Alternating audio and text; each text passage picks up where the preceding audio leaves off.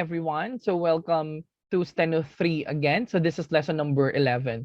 So before we proceed, let us read some of the learning outcomes. Number one, you're going to articulate the symbols for the word endings Sean, Shensi, and Shent.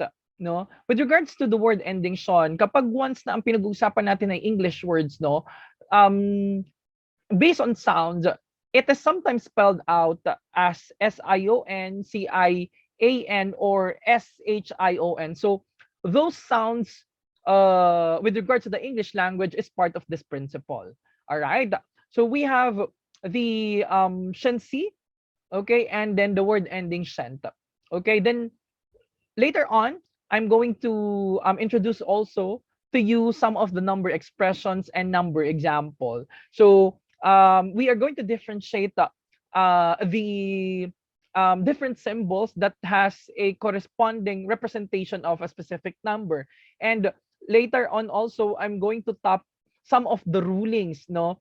You are going to memorize and remember kapag magta-transcribe ka in both shorthand and in longhand transcription. Okay? So may ibig sabihin may mga kakabisaduhin na naman kayo na dapat yung aalalahanin or tatandaan kapag once na nagkaroon tayo ng live dictation or any dictation. So you have to remember another set of rulings in terms of transcribing numbers.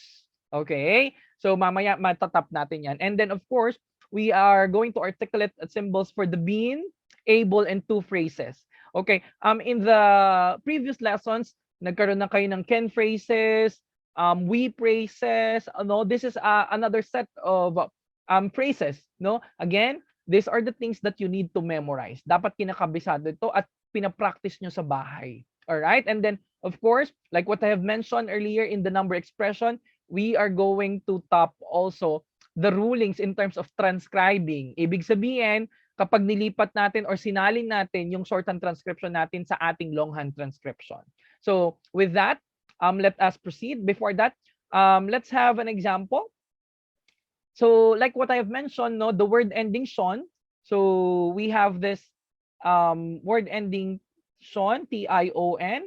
And then we have the another spelling of S-I-O-N. So we have also the sometimes it is position, no? C-I-A-N, and then we have also the S-H-I-O-N, no? These sounds or word endings is just represented by the ish symbol. All right. So ish symbol. Okay. So it is a downward straight stroke. Okay, this is a short downward straight stroke in comparison to the J word. Okay, this is a different one for the J TH. Okay, so again, it is a downward straight stroke.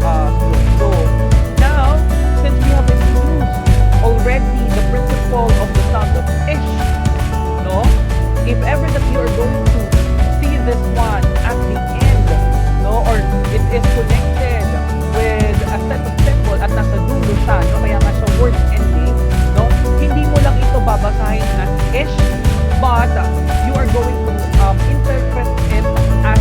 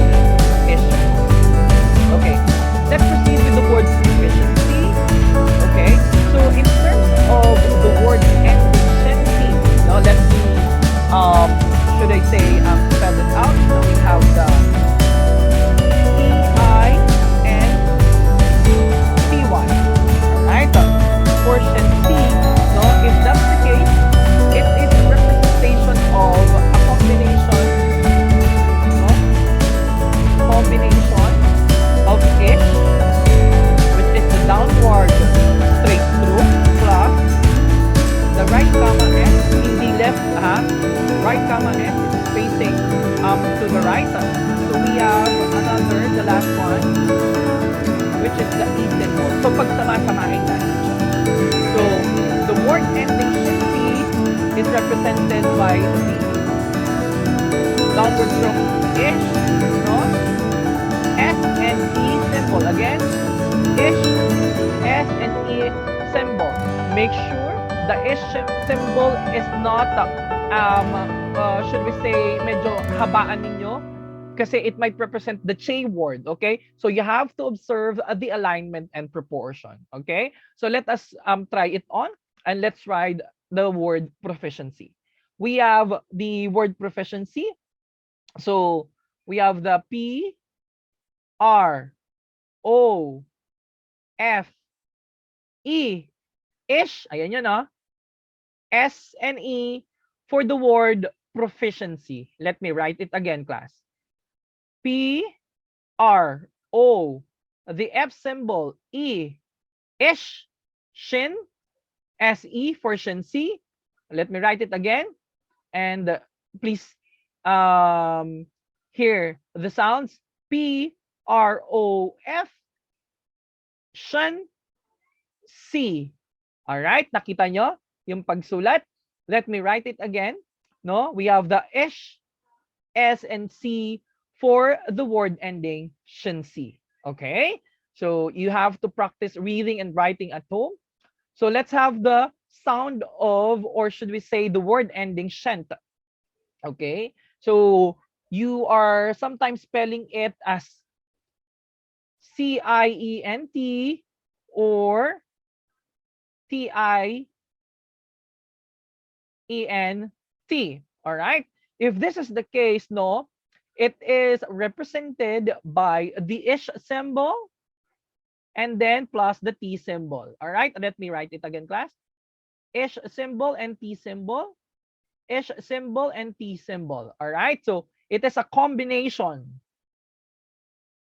of the ish plus the T symbol. So that's make this kind of combi symbol. So, excuse me, let's try the word patient. P, A, shanti, which is patient. Let me write it again. P, A, ish, T, or shant, patient. P, A, shant for patient. Okay, let's try some of the words, no, based on the word endings. Okay, so I have several words here that we are going to try on. All right, so let's have the word nation. Let me emphasize the whiteboard. So we have the N, Asian for nation. Let me write it again. N, Asian, or the NA-ish for nation. National, check this one. N, A, Sean, plus L symbol. Yun lang yon. So, you are not going to put any angle to it. Dapat it is connected. So, you are going to write it with an ease. So, tuloy-tuloy siya, continuous. N, A, Sean, L, for national. Section, we have the S, E, K, Sean, for section. Let me write it again. S, E, K, Sean, for section. So how about the word fashion?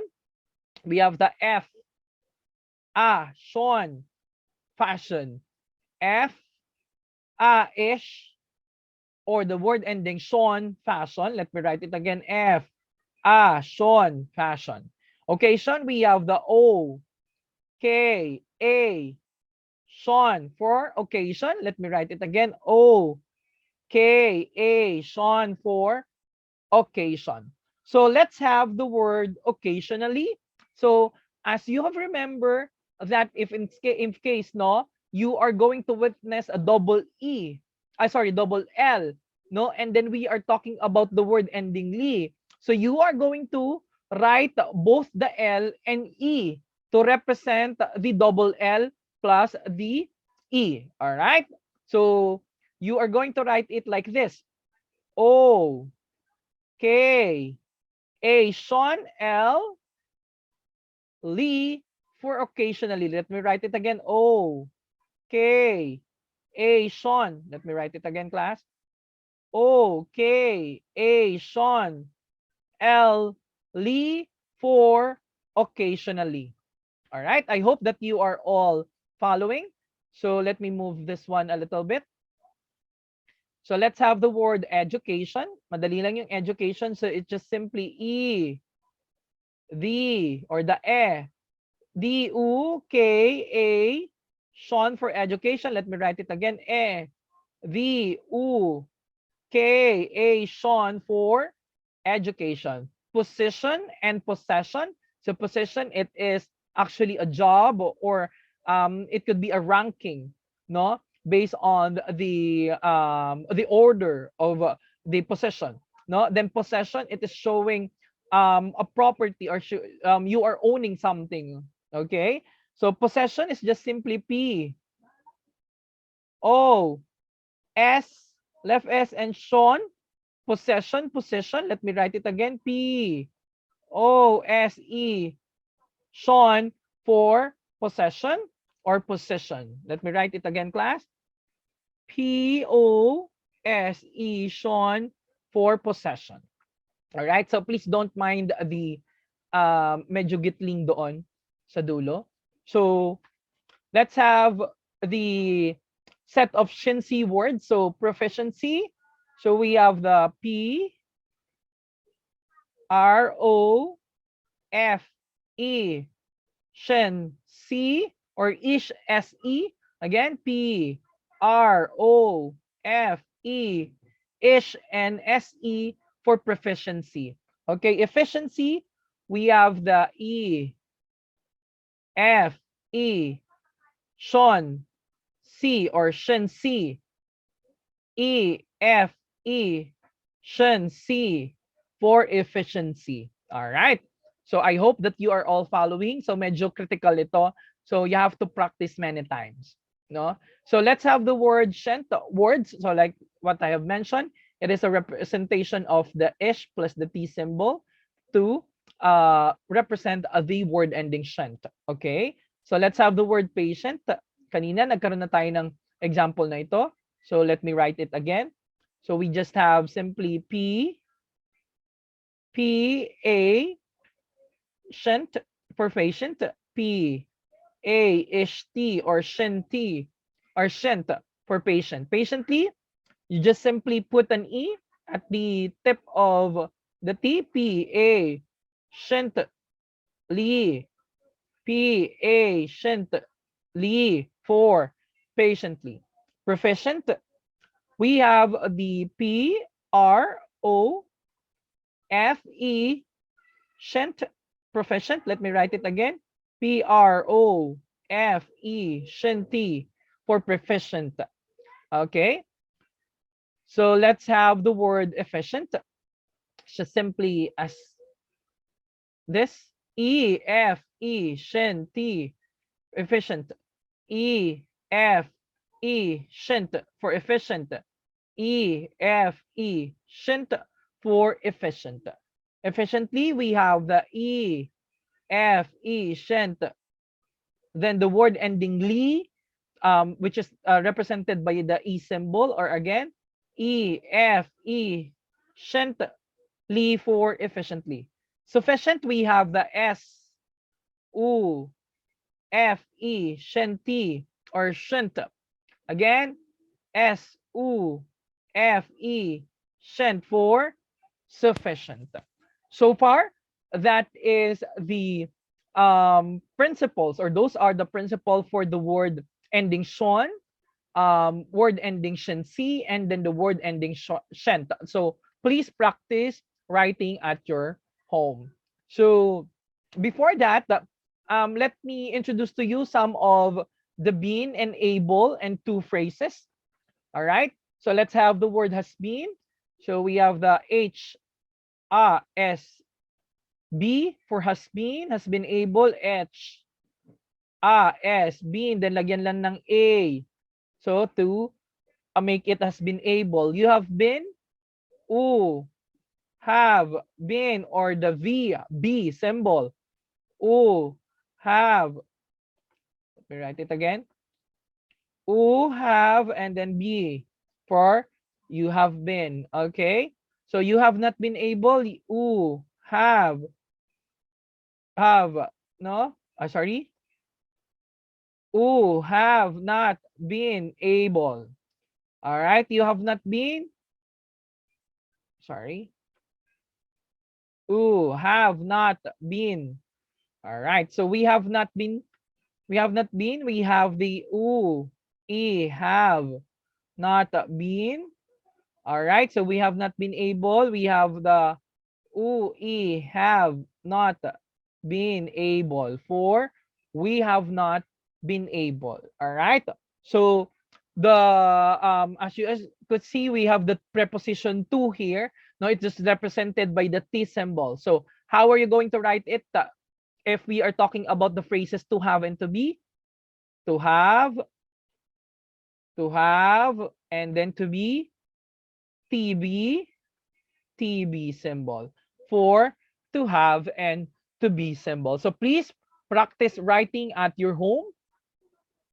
Now let's proceed with the number expression. So please listen carefully kasi meron mga principle na dapat tatandaan nyo dito, no? On how are you going to transcribe it in both shorthand and longhand. Okay? So napakadali lang nito, no? If we're talking about the number expression for 100, it's just represented by the N symbol. Okay? Then we have the thousands, it is just the over if. Let me write it again. N over if. Okay, million, we have the M symbol. Dollars is the D symbol. $100, we have the N and D. Pag ko-combine niyo lang. Thousands dollar over if and D. $100, we have the N and D symbol. And then $100,000, we have the N over if and dollars, which represents the $100,000. No, $1 million is just simply M and D symbol for $1 million. All right. So you have to practice it writing at your home, no? And then of course you have to memorize. Okay. So hindi kayo dapat malilito, no? If it is present, no? Most probably it is always preceded with the numerical figure para hindi kayo nalilito. Kaya hindi nakakalito yan kung if we are talking about just a symbol or a number expression. Okay, so let's proceed. This is just an important reminder, no? In terms of the dollars plus a cent, no? How are you going to write it? Pagdating sa ating shorthand transcription. Shorthand transcription ang pinag-uusapan natin, ha? Hand transcript. Okay, you just simply write the dollar figure in a normal size, no? Just simply like this, 2, and then you're going to write the cent, no, in a smaller figures, but you have to put it a little bit above or half of the line of the writing. So for example, this one. No need to represent the period, no? So same with this, 4 and 60. So as simple as that. Okay. All right. Let us proceed with, or let's try it in numbers. All right. So this is just a simple reminder, class. No, if ever that you are going to write the 100 and 1,000 or the representation for the 100, which is the N symbol, and then the thousands, which is the if, no, it should be written over, no, with the figures or the numbers, or you have to place it underneath the figure, no. For the million, which is the M symbol, dapat sinusulat siya beside of the figure. Okay, makikita natin yan later on. All right, so let's have the the numerical figure or 200. Okay, so just simply put the N symbol and then you have to write the figure above. Okay, so you have to write 2 and then the N symbol. All right, 5,000, we have the 5 and then over it, 5 and then over it for 5,000. Okay, so let's have the 300,000, no? Hold on.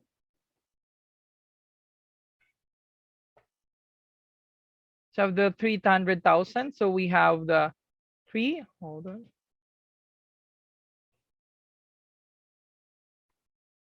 All right. So let's try the 300,000.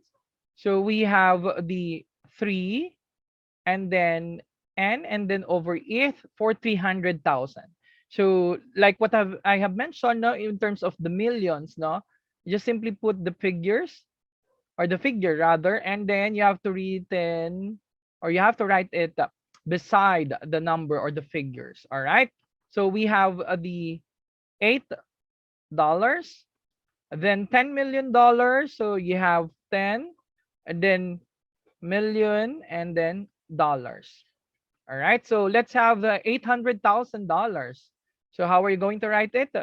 So just simply $800,000. All right. So these are the things that you need to memorize and remember. All right. So let's proceed with some of the rulings, no, in terms of the transcription of number. Okay. So number one basic rule, no, in terms of the number expression. Okay. As you could see, ang sabi dito, kapag daw numbers from 1 to 10, no, kapag itatranscribe natin siya longhand transcription, dapat naka-spell out siya, hindi siya figures. Though in shorthand transcription, you have to write it in figures, but again, kapag longhand transcription or you're going to write it in longhand or English language, you have to spell it out kapag numbers 1 to 10, di ba? Yan. Dapat spelled out. All right. Okay. So, ayun yung tatandaan natin. Spelled out natin. So, ibig sabihin, 1, no? We have the 2, 3, and so on hanggang 10. All right? So that is how are you going to transcribe it in longhand. So let's have the transcription of the first example. So we have here only 5 days of the vacation remain, period. So how are you going to write it in longhand? So only 5. So again, you have to spell it out kasi it is agreeing with the first rules natin na dapat numbers from 1 to 10 ini-spell out siya. Okay, not unless if you are writing it in shorthand, you're going to use numerical figures. Okay? Days of the vacation remain. As simple as that. Okay? Tandaan yan? No? So, let's check with another example. So we have we need, so please remember this one. And this is another set of phrases na wala sa libro nyo.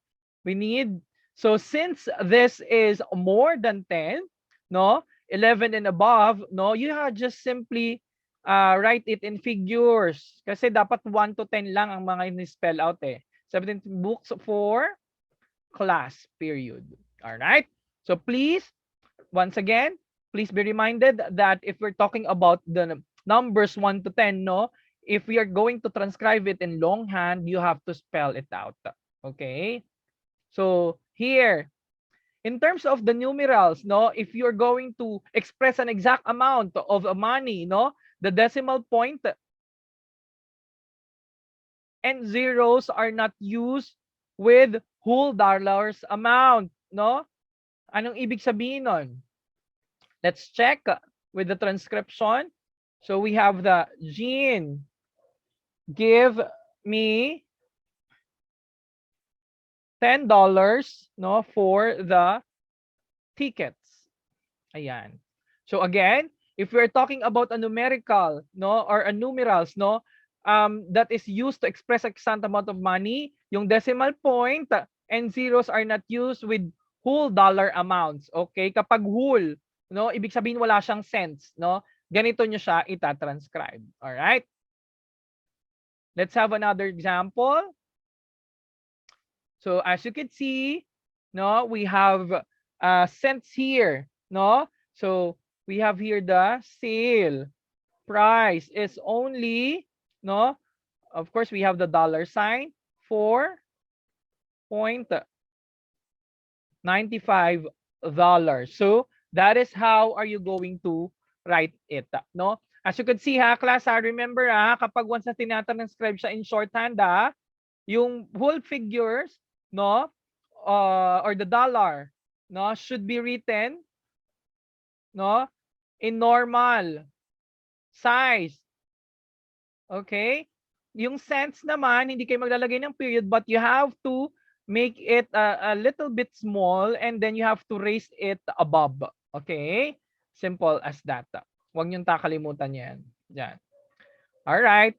So let's have the last principle of the number expression. No, if we are talking about here that we're talking about here a big number or a big money, no? If you're going to remember your lessons in your business mathematics, right? We are putting commas, no, to express the $1,000 and $1,000. Okay? So how are you going to write it? Ganito. So we need, or how are you going to transcribe it, diba?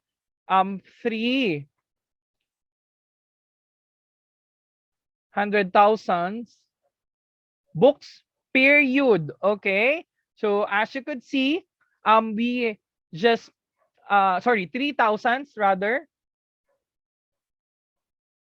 Yan. So 3,000 books. Okay? To represent the numerical figure. All right? Then let's have the last example.